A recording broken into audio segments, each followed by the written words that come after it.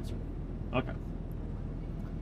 So they released a newswire earlier today, about some of the stuff that's coming to the improvements and stuff. Upcoming improvements to the GTA Online experience, coming as part of the Criminal Enterprises on July 6th. A lot of this is blah blah blah, but I'm gonna read through it anyway. Alongside a host of new gameplay additions, a fleet of new vehicles, and much more to come next week and in the weeks to follow. GTA Online: The Criminal Enterprises will implement a significant number of overall experience improvements, including many requested by players via the GTA Online feedback website. We need to start using that for hashtag Save Red Dead Online. Thanks in no small part to this vast resource from our community, we have a wide range of improvements and upgrades to the overall experience of GTA Online for all current platforms, including the latest generation of consoles. Do you hear that, Miro? For all current platforms. Business protections and upgrades. Starting July 6th, players will be able to engage in business activities, including sell missions and private-only sessions. You'll be able to register as a VIP, CEO, or MC president in an invite-only crew or friend session, allowing business owners to source and sell at their own pace with their friends. A lot of people are confused on that, on the sourcing part of it. They were like, well, we can sell, but can we source? And I'm like, well, if you can sell, most likely you can source as well. But yes, allowing business owners to source and sell at their own pace with their friends. Players on all platforms can easily find a new session by bringing up the pause menu, selecting online to find a new session, and going to invite only. I really don't see a need why anybody would want to play in multiplayer lobbies anymore. I understand like the business battles or whatnot if you're really into PvP, and we're going to talk about that later too. So players can also continue to sell their goods in public sessions, and those who do will receive an increased high demand bonus for their efforts. So high demands bonuses are getting raised. I'm curious though. I've never had an issue with it, but can you, if for say you do a friends only lobby and you have 15 people in there, you sell solo, they sell solo, you know, and all that, but are you still getting a high demand bonus? Because there's other people in your lobby that aren't part of your crew, your organization or whatever. Curious to know that. I would really appreciate if anybody could tell me. Vehicle customization enhancements and changes. In addition to the fleet of new vehicles set to arrive this July and across the summer and fall, a whole lot of drip feed, we've made some changes to address a number of submissions from our gearheads, LS Car Meet members, automotive enthusiasts, and beyond, including all vehicles with access to the LS Car Meet will be able to be equipped with low grip tires, giving players even more customization options when modifying vehicles at the LS Car Meet. So all vehicles now can get low grip tires. Well, all vehicles with access. So I don't think you can put them on like weaponized vehicles or anything. Vehicles will be delivered faster when requesting from the mechanic. This is good. Players will no longer incur a charge for destroying another player's weaponized personal vehicle, avoiding penalties for those who return fire on and successfully neutralize attackers, which is good. However, there are people who attack people in weaponized vehicles just because they're in a weaponized vehicle. Like a lot of people see the Mach 2 oppressor and they immediately think, oh, they're gonna kill me or whatever. Lots of times, not lots of times, but I'd say sometimes they're just using it to get around faster and take out NPCs. The Avenger and Mobile Operations Center vehicle workshops will accommodate any vehicle that can fit, as opposed to only select vehicles, excluding the Oppressor Mach 2, which is modified via its own workshop inside the Terabyte. The number of ownable properties will be increased from 8 to 10, increasing total garage space by up to 20 vehicles, as I talked about that in the last video. The Legendary Motorsports and Southern San Andreas Super Autos websites will feature new filters and browsing shortcuts which can be tabbed using L1, R1, or LB, RB on console, which is kind of handy. But they put the new ones at the top anyway, so that's all I really care about these days. Plus, the effectiveness on homing missiles on the Pegasi Oppressor Mach 2 has been reduced, and its countermeasures will have increased cooldowns and fewer uses. Meanwhile, the Sparrow helicopter will have chafe and flare countermeasures available when being modified inside the Kosaka to make it less vulnerable to enemy fire. As with all areas of GTA Online, we will continue to monitor player feedback on this change and how it impacts the streets of Los Santos. So that's great. They're doing it for the Sparrow, but they should also do it for like the Buzzard and some of the other helicopters. So here we see how to eat our snack and use armor now. So you pull up the weapon wheel, and then you do this. You push L1, and then you either push R3 for armor or push up for a snack. That is handy. General improvements, whether assisting Franklin in his recovery of Dr. Dre's missing music, which I wish we would get more of, more clients for that, or partying in the music locker, visiting El Rubio's tropical haven, or simply wreaking havoc with friends across the city. Players across southern San Andreas can look forward to a slew of new, highly requested improvements arriving July 26. When delivering security contracts back to the agency, players will be able to enter via helicopter or walk in through the entrance on the roof, rather than needing to enter the front door at ground level. Okay. So are they going to put a helipad up there? When managing an auto shop business, your auto shop staff will now be much more likely to successfully deliver customers' vehicle without issue. I've never worried about that. I've never done that. I've always delivered it myself. To make getting around certain locations easier, players will be able to jog inside the Diamond Casino Resort, the music locker, and nightclubs. That's helpful. Players will be able to purchase max ammo for all weapons at once in the interaction menu. Players will also have easier access to snacks and armor through a single input while the weapon wheel is up. Plus, if a player fails and quick restarts a mission, snacks will be restocked to however many they started the mission with, which is awesome. Some of these are really great improvements. Players will now be able to immediately hang up on phone calls from several contacts when they offer missions, rather than be forced to listen to the full call before they can hang up. That's good. PC players will have the option to disable the in-game chat box via the settings menu. I don't play on PC, so I don't know if that's that big of a deal, but that's good for PC players. PC players have a lot more to worry about in terms of modding and stuff like that. To reduce instances of griefing, this is big. The kill-death statistic will no longer be affected by kills made in free mode. Going forward, this ratio will only be affected by kills scored in competitive gameplay. So your adversary modes and stuff like that. After the initial visit, players will be able to spend more time scoping out Cayo Perico and can get caught more times before being kicked off the island.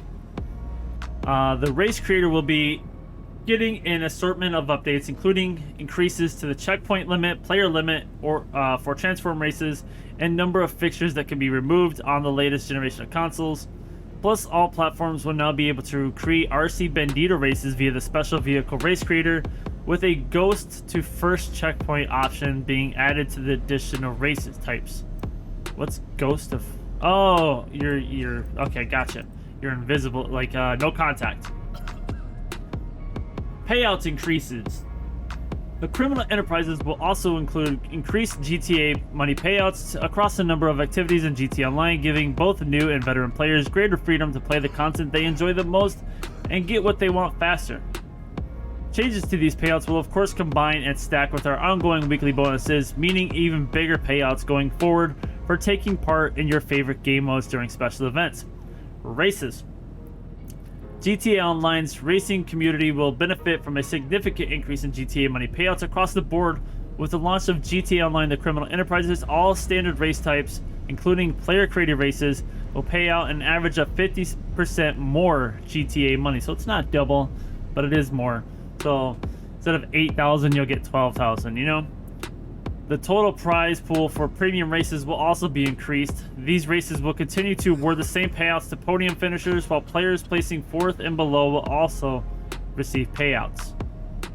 Okay, so it used to just be if you finished in 1st, 2nd, or 3rd, you got money. Now it's if you come in 4th and below, you will also receive payouts. That's interesting. Payouts for all adversary modes currently available on GTA Online will also be boosted by an average of 50%.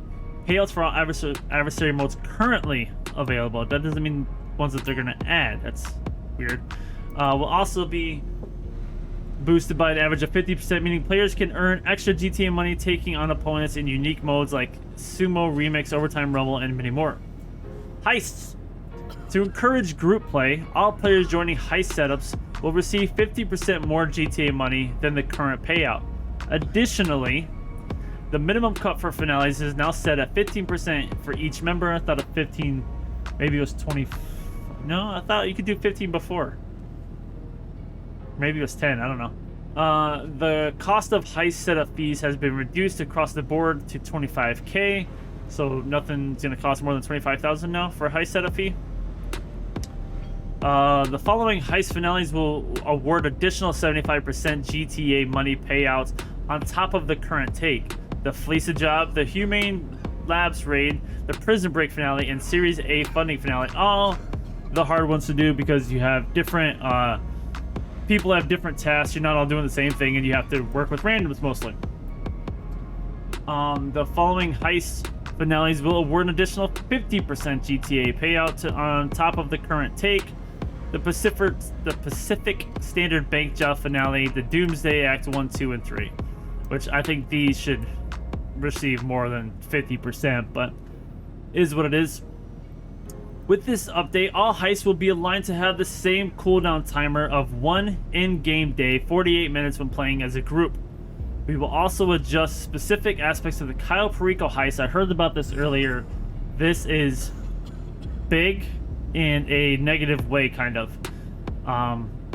We will also adjust the specific aspects of the Cayo Perico heist finale to get better balance of players' time spent in GTA Online. Solo playthroughs of the Cayo Perico heist finale will trigger a cooldown of 3 in-game days. 3 in-game days. So an in-game day is 48 minutes. It says right here. 3 in-game days is 2 hours and 40 minutes. And after stealing a high-value primary target in the Cayo Perico heist finale, the higher value primary targets will appear less often for the next 72 hours of real life. That's 3 days of real life.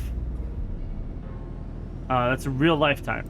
While the value of secondary targets will increase. So say you go in there and you get the diamond necklace, or whatever the necklace is. I think that's the most expensive thing they have in there. You won't see that again for another 3 days. And I think that doesn't matter if it's solo or not. It doesn't really specify. It may just be a solo thing, but at least the value of the secondary targets will increase, so it may even out. You'll just want to get more secondary targets. This is intended to encourage exploration and cooperation between players, so that may be a solo thing. That 72-hour cooldown. Boost for organization and MC members. Bodyguards, associates, and MC members will earn substantially more GTA money for joining and participating in organization and motorcycle club activities. When you're not busy running your own operation, join a friend or fellow player to earn big without risking your own stock. Baseline salaries for bodyguards, associates, and MC members will be doubled, ensuring all players are able to earn GTA money fairly while working for another VIP CEO or MC president. In addition to doubled salaries, MC players will also receive an increased payout for taking part in cell missions. Bodyguards and associates will also now receive payouts for participating in cell missions, properly reflecting their contributions. Interesting. So if you just stand there, maybe you won't get as much as somebody who actually sold something. Fees related to renaming organizations have also been reduced. It's not that big of a deal. First time payouts boost. This is confusing. Players will receive an email on their iFruit detailing the first time payout boost across criminal careers. All CEOs, VIPs, and MC presidents can benefit from these bonuses, even if they've already completed certain activities prior to July 6th. So I'm assuming this is available for everybody. Executives get a 3-time payout for the new export mixed goods sell mission. I don't know what that's obviously something new that we haven't, that's not in the game yet. This can be accessed through your executive assistant after one of your new warehouse staff members have acquired their first batch of special cargo. So that's one of the things that gets delivered to us. Businesses will produce stock at 3 times their regular speed, returning to normal rates after your first sell mission is completed. That's for bikers. For gun runners, research speeds are tripled for your first research item. Production speeds are also tripled, returning to normal rates after your first sell mission is completed. Nightclub owners, all business battle goods will contain triple the usual amount, returning to normal rates after your first sell mission is completed. Your first sell mission for each business listed above will reward you double the usual GTA money payout. So everything is paying double next week. That's pretty cool. Limited time payout boost for MC presidents, VIPs, and CEOs. Motorcycle club work, club challenges, clubhouse contracts, and member challenges will award double payouts for a limited time. VIP work will also award double payouts for a limited time. Doesn't say how long the limited time is, though. With more to come, thank you all again for taking the time to share your valuable feedback with us. We will continue to review your submissions and look forward to sharing the criminal enterprise with you on July 6th. Okay, that's nothing I care about. So, they really still want us to play in public lobbies. They're giving you incentives for public lobbies, but they're also saying, hey, you can do this in a solo lobby, which is great. So I don't think a lot of people were worried they're going to diminish the pay, nerf the pay, if you will, for selling in a solo lobby. I don't think that's the case. They're just going to give you more now for selling in a public lobby. And they're give you more for working with teammates and stuff. But it doesn't say if that working with teammates applies to invite-only lobbies, which is interesting.